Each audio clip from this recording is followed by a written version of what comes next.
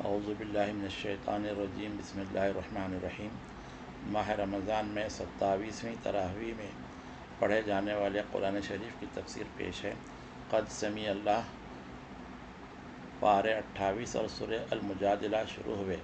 رسول اللہ صلی اللہ علیہ وسلم کی خدمت میں ایک عورت کی فریاد نے زمانۂ جاہلیت کے رسم ظہار کی شدت کا اس طرح خاتمہ کر دیا کہ اس بارے میں حکم الہی نازل ہوا کہ اپنی بیوی کو ماں کہہ دینے سے وہ زوجیت سے خارج نہیں ہوتی، اور اسی فریاد کے عنوان سے اس سورہ کا نام سورہ مجادلہ قرار دیا گیا ہے۔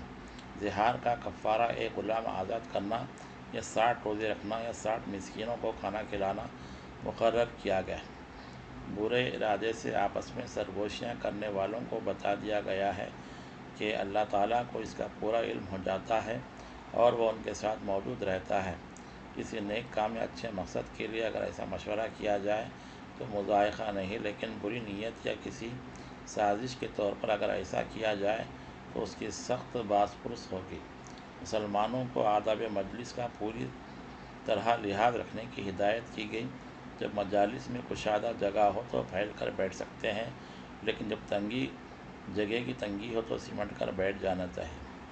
منافقین بظاہر قسمیں کھاتے ہیں کہ وہ اللہ اور اس کے رسول صلی اللہ علیہ وسلم کے ساتھ ہیں، لیکن وہ دشمنان اسلام سے مخفی طور پر ساز باز کرتے ہیں۔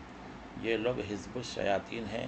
جو سچے مسلمان ہیں وہ اللہ اور رسول کے مقابلے میں اپنے قریبی عزیزوں کی بھی پرواہ نہیں کرتے، اگر وہ اللہ اور اس کے رسول کے مخالف ہوں۔ ایسے مسلمانوں کو اللہ تعالیٰ نے حزب اللہ یعنی اللہ کی جماعت میں شامل کرتا ہے۔ رضی اللہ عنہم و رضوا عنہ، اللہ ان سے راضی ہوا اور وہ اللہ سے راضی ہوئے۔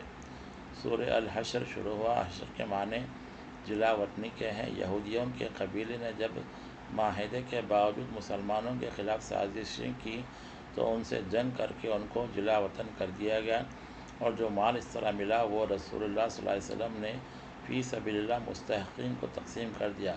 حضور صلی اللہ علیہ وسلم کی اس تقسیم کی بابت ارشاد ہوا، وما آتاکم الرسول فخذوہ وما نہاکم عنہ فانتہوا۔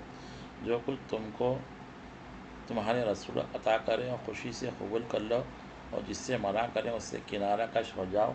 انصار کو دیکھو کہ وہ فاقے سے ہوں مگر مہاجرین کو اپنے پر ترجیح دیتے ہیں۔ منافقین اور کفار بظاہر آپس میں بہت متحد معلوم ہوتے ہیں، لیکن وقت آنے پر وہ ایک دوسرے کی مدد نہیں کرتے۔ اے ایمان والو، اللہ سے ڈرتے رہو اور عاقبت کی تیاری کر رکھو۔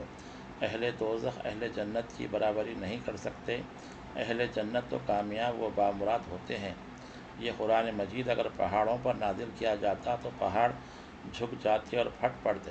اس میں اللہ تعالیٰ کے وہ صفات اور کمالات بیان کیے گئے ہیں جو دنیا کی کسی کتاب میں یکجا نہیں ملتے۔ اللہ حاضر و غائب سب کا پورا علم رکھتا ہے۔ وہی رحمان و رحیم ہے، اس کے سوا کوئی معبود نہیں۔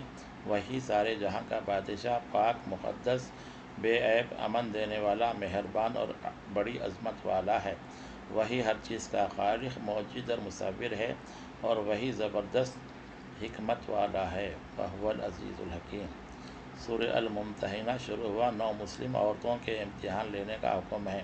اے ایمان والو، اللہ کے دشمن اور مسلمانوں کے دشمنوں کو اپنا دوست نہ بناؤ۔ حضرت ابراہیم علیہ السلام کا عمل ہمارے لیے اگرچہ اسوہ حسنہ ہے، لیکن اپنے مشرک باپ کے لیے جو دعا کی تھی وہ ایک استثنائی شکل تھی کہ ہم کو یہ دعا کرنی چاہیے، ربنا لا تجعلنا فتنة للذین کفروا واغفر لنا ربنا انک انت العزیز الحکیم۔ عجب نہیں کہ کافر مسلمان ہو جائے اور دشمنی دوستی کے ساتھ بدل جائے۔ اللہ بہت مغفرت کرنے والا اور رحم کرنے والا ہے۔ اے ایمان والو، اگر مومنہ عورتیں تمہارے پاس ہجرت کر کے آئیں تو ان کی جانچ کر لیا کرو، اور ایسی مومنہ عورتوں کو پھر کافروں کے حوالے نہ کرو۔ اور رسول اللہ صلی اللہ علیہ وسلم سے ارشاد ہوتا ہے کہ جب مومنہ عورتیں آئیں تو ان سے نیک عمل کرنے اور بدی سے دور رہنے کی بیعت کیا کریں، اور ان کے لیے مغفرت کی دعا کریں۔ اور مسلمانوں کو یہ حکم دیا جاتا ہے جس قوم سے اللہ ناراض ہے اس قوم سے دوستی نہ رکھو۔ سورہ صف شروع ہوا۔ جو مخلوقات آسمانوں میں ہیں اور جو زمین پر ہیں سب اللہ کی تسبیح و تقدیس میں لگی ہوئی ہے۔ یہ بات اللہ کو بہت ناپسند ہے کہ ایسی بات کہہ بیٹھو جو نہ کر سکو۔ اللہ تعالیٰ ان کو دوست رکھتا ہے جو وقت آنے پر اس کی راہ میں صف باندھ کر لڑتے ہیں۔ حضرت عیسیٰ علیہ السلام کی یہ پیشن گوئی بیان کی گئی ہے کہ ان کے بعد ایک نبی آنے والے ہیں جن کا نام احمد ہوگا۔ کفار اللہ کے نور کو بجھا نہیں سکتے، بلکہ اللہ کے رسول کے ذریعے دین حق کو ہی غلبہ ہوگا۔ اے ایمان والو، تم کو ایسی تجارت بتائی جاتی ہے جو تم کو دردناک عذاب سے بچائے گی اور دین و دنیا کا فائدہ ہوگا، اور وہ یہ ہے کہ اللہ اور اس کے رسول صلی اللہ علیہ وسلم پر ایمان لاؤ اور اللہ کی راہ میں اپنا مال اور اپنی جانیں لڑا دو۔ اللہ تعالیٰ ہی کی مدد سے جلد فتح نصیب ہوگی۔ نصر من اللہ و فتح قریب۔ سورہ جمعہ شروع ہوا۔ زمین آسمان کی ہر چیز اللہ کی پاکی بیان کر رہی ہے، جو کہ سارے عالم کا مالک اور بہت تقدیس والا اور زبردست حکمت والا ہے۔ اسی نے اس جہاں کے لیے ایسا رسول بھیجا جو قرآن کی آیتیں پڑھ پڑھ کر سناتا ہے اور لوگوں کے اخلاق کو سنوارتا اور ان کو علم و حکمت کی باتیں سکھاتا ہے۔ اے مسلمانوں، جب جمعہ کی اذان سنو تو اپنا سب کاروبار اور تجارت کو چھوڑ کر نماز کے لیے چل نکلو، اور جب نماز پڑھ چکو تو پھر اپنے کاروبار میں لگ جاؤ۔ اللہ ہی سب سے بہتر رزق دینے والا ہے، واللہ خیر الرازقین۔ سورہ منافقون شروع ہوا۔ منافق بظاہر قسمیں کھا کر یہ بتانا چاہتے ہیں کہ وہ رسول اللہ صلی اللہ علیہ وسلم پر ایمان لا چکے ہیں، لیکن اللہ ان کے دلوں کو خوب جانتا ہے کہ منافق بالکل جھوٹے ہیں اور مختلف طور پر مسلمانوں کو دھوکہ دیتے ہیں۔ اے مسلمانوں، تم کو تمہارا مال یا تمہاری اولاد اللہ کے ذکر سے غافل نہ کر دے۔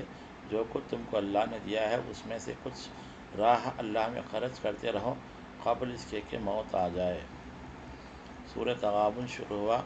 زمین و آسمان کی ہر چیز اللہ کی تسبیح بیان کرتی ہے۔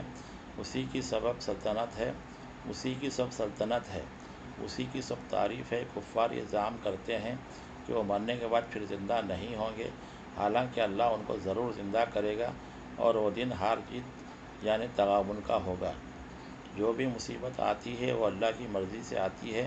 جو کوئی اللہ پر ایمان رکھتا ہے تو اس کے دل کو راحت پہنچ جاتی ہے، اور اللہ ہر چیز کا علم رکھتا ہے۔ مال اور اولاد سے بڑی آزمائش ہوتی ہے، اور اللہ کے پاس اس کا بہت بڑا اجر ہے۔ اللہ کی راہ میں قرض حسنہ دینے سے دوہرا ثواب ملتا ہے اور گناہ دھل جاتے ہیں۔ سورہ طلاق شروع ہوا۔ اے نبی صلی اللہ علیہ وسلم، جب طلاق دی جائے تو عدت کے شروع میں دی جائے اور طلاق کے بعد ہی سے عدت گنی جائے، اور جب عورتیں اپنی عدت پوری کر لیں تو سیدھی طرح ان سے رجوع کر لو یا پھر ان کو رخصت کر دو۔ جو شخص اللہ سے ڈرتا ہے، اللہ اس کو لڑائی جھگڑوں سے نکال کر ایسی جگہ سے رزق پہنچائے گا جدھر سے کوئی وہم و گمان بھی نہ تھا۔ بہت سی بستیوں کا یہ حال رہا کہ جب وہاں کے رہنے والوں نے اللہ اور اس کے رسول سے سرکشی کی تو اللہ نے بڑی سختی سے ان کے اعمال کا حساب لیا۔ ساتوں آسمانوں اور زمین پر اللہ ہی کا اقتدار ہے۔ سورہ تحریم شروع ہوا۔ جو چیزیں اللہ تعالیٰ نے تمہارے لیے حلال کی ہیں اپنی بیوی کی خوشنودی حاصل کرنے کی تم اپنے اوپر کیوں حرام کر لی ہیں؟ اللہ بخشنے والا بڑا مہربان ہے۔ اے ایمان والو، اپنے آپ کو اور اپنے اہل و عیال کو دوزخ کی آگ سے بچاؤ۔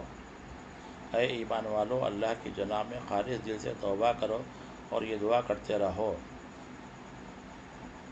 ربنا اتمم لنا نورنا واغفر لنا انک علی کل شیء قدیر۔ اے ہمارے پروردگار، ہماری اس روشنی کو ہمارے لیے آخر تک قائم رکھ۔ بڑی عبرت ناک دو مثالیں ہیں، ایک تو حضرت نوح علیہ السلام کی ایک بیوی کی اور دوسری حضرت لوط علیہ السلام کی۔ یہ دونوں بیویاں اور ایمان سے مشرف نہیں ہو سکیں۔ دوسری طرف فرعون کی ایک بیوی تھی جو ایمان لا کر اللہ سے جنت کی طلبگار ہوئی، اور دوسری طرف حضرت مریم بنت عمران کی مثال ہے جو پاک دامن رہیں۔ صدق اللہ العظیم۔ اللہ تعالیٰ سے دعا ہے کہ اللہ تعالیٰ پڑھی گئی قرآن کی تفسیر کو سمجھنے، اس کے مفاہیم پر عمل کرنے اور قرآن کے پیغام کو ساری دنیا میں عام کرنے کی توفیق عطا فرمائے۔ وآخر دعوانا ان الحمد للہ رب العالمین۔